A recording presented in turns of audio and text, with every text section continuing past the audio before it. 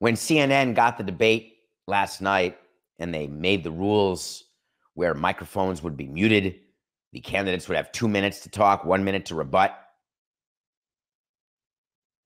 no studio audience. What do you think the purpose of the debate last night was from both sides? Because what you heard is there were days of strategy. President Biden was secreted away in Camp David prepping. Donald Trump was in Florida for 2 days prior getting prepped on issues. If you are on Trump's side, you had one goal in mind, and that was it.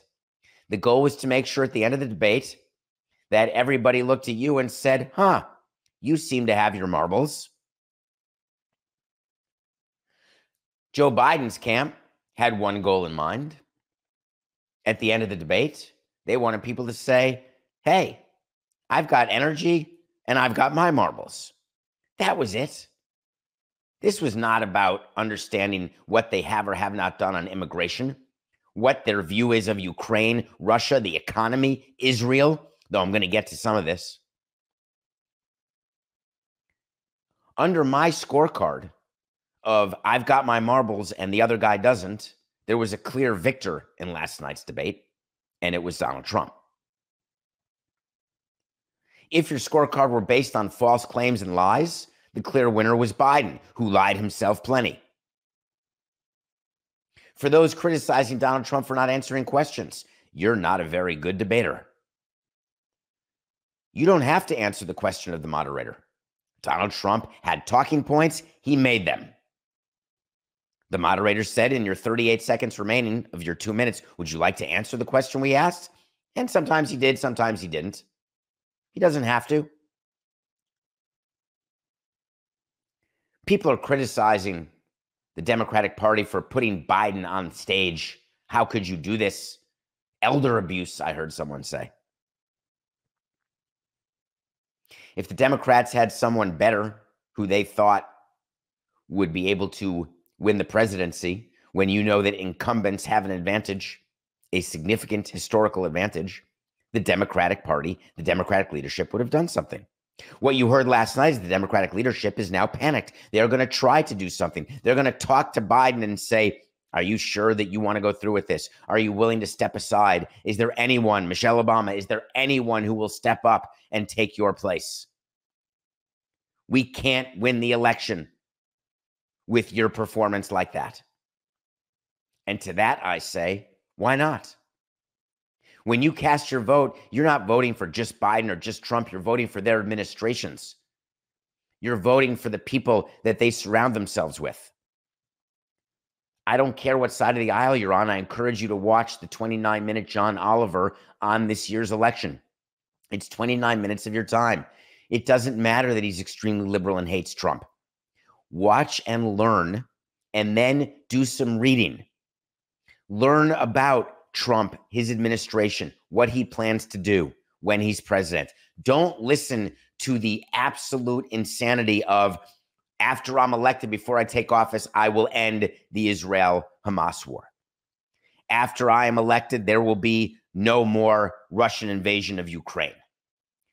Don't listen to that. Don't listen to Biden telling you that the Border Patrol supports me. They don't. Don't listen to Biden say, I've got an 8 handicap. Trump has a 6. Who cares? You should be embarrassed you talked about golf. Mortified I was. Don't listen that no troops were killed under Biden. That's not true. He lied. He was wrong. Don't listen to Trump talk to you about what's happening with Roe v. Wade and how everybody wanted that back in the States. He's wrong. There is no one who wants after-birth abortions. That's called a murder. That is not what anyone is arguing or disputing. But I don't want you to focus on that. I want you to focus on what these parties believe in and then decide which one you're in. Do you want less government or more government? Do you want your rights protected or not protected? As a woman, do you want other people telling you what you should be doing with your body, or do you want to tell yourself? Don't get me started on the woman's issues. A woman watching that debate has to be mortified, thinking that the Democratic candidate cannot put 3 sentences together and make a paragraph, and the Republican candidate wants to make sure that you don't get any say over your body. Petrified they should be. As a Jew, I was petrified. I'm supposed to support who the right-wing Jews are supporting with Trump? Am I supposed to support who the left-wing Jews are promoting and supporting in Biden? And then I relaxed, took a breath, and said, no, let's talk about administrations. Let's talk about cabinets. Let's talk about platforms. Let's talk about the power the president actually has. Let's talk about what the president can do, can't do, will do. And then you can read articles and find out that all the stuff talked about in the debate was just about wanting them to make you believe whether they've got their marbles or not. I don't want to hear about Biden's son in Iraq. I don't want to hear about porn stars. I don't want to hear about golf.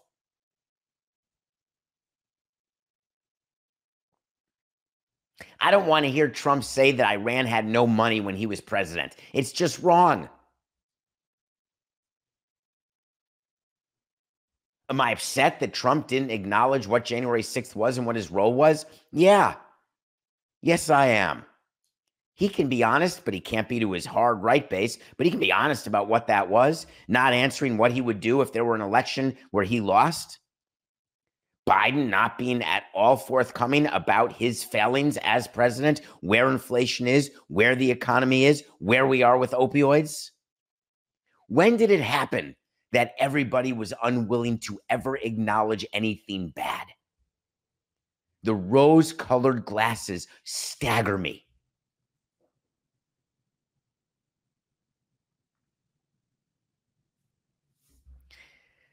Can I please just show you one video that sums up one of my thoughts on this? He is. Look, I'd be happy to have a driving contest with him. The reason I got my handicap, which when I was vice president, down to a 6. But by the way, I told you before, I'm happy to play golf if you carry your own bag. Think you can do it? That's the biggest rival. He's a 6 handicap of all. I was an 8 handicap. Yeah. 8. Never. But I have, you know how many? I've seen you swing. I know you swing. Let's not act like. That's when I lost it. I admit it. I'm in sports. I've been in sports a long time. Business, politics, been interested in politics since I was that kid in elementary school, interested in politics. What people are saying, how they're saying it, studying their styles, learning how to be a talker, because I knew I would be a talker because I was always a talker. Always trying to make sure that I was not wasting people's time. That stays with me to this day. Did you watch that video? You'll never get those 30 seconds left, and you had to revisit it twice, and now that's a minute of your life, and I apologize for showing it, but my point to you was, do you look at that exchange and say, I am proud? I don't care what side of the aisle you're on. Do you look at that exchange and say to yourself, we're in trouble?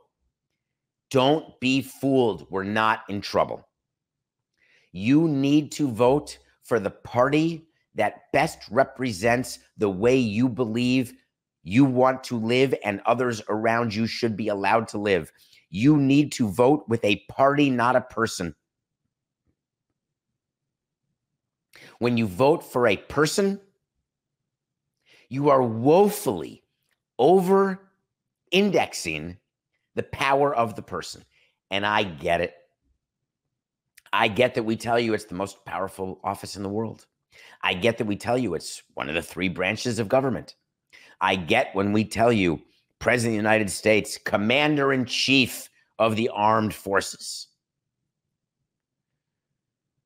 But as important as those titles, however ceremonial they may be, is what that president comes with.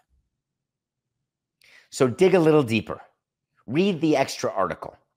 Don't be convinced by the pundits you're going to hear today saying Biden's done, the election's over, Trump wins. Maybe it's so. But if you vote for Trump because of the way Biden performed, then you're part of the problem.